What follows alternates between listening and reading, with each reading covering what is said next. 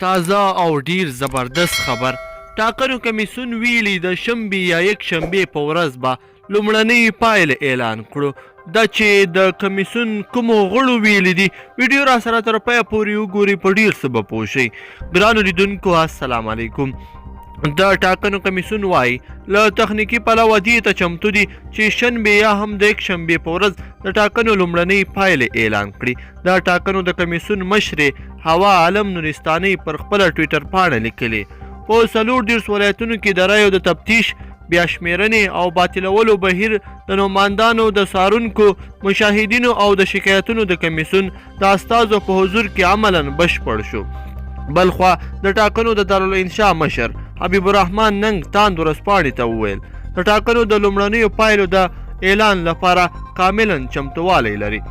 نوموړي وایي تخنیکي ستونزه نشته او که بله ستونزه پیدا نشي د شنبې یا هم د یک شنبې په ورځ به لومړنۍ پایلې اعلان کړی شي.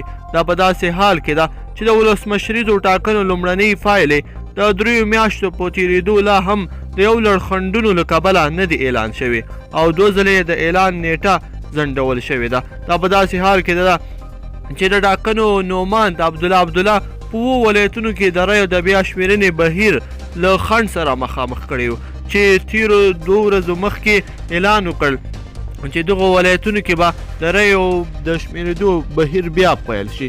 ګرانو لیدونکو په دې هیله چې ویډیو مو راسره تر پایه پورې کتلې وي. که مو ویډیو خوښ شوي نو حتما یې درسره لایک کړئ.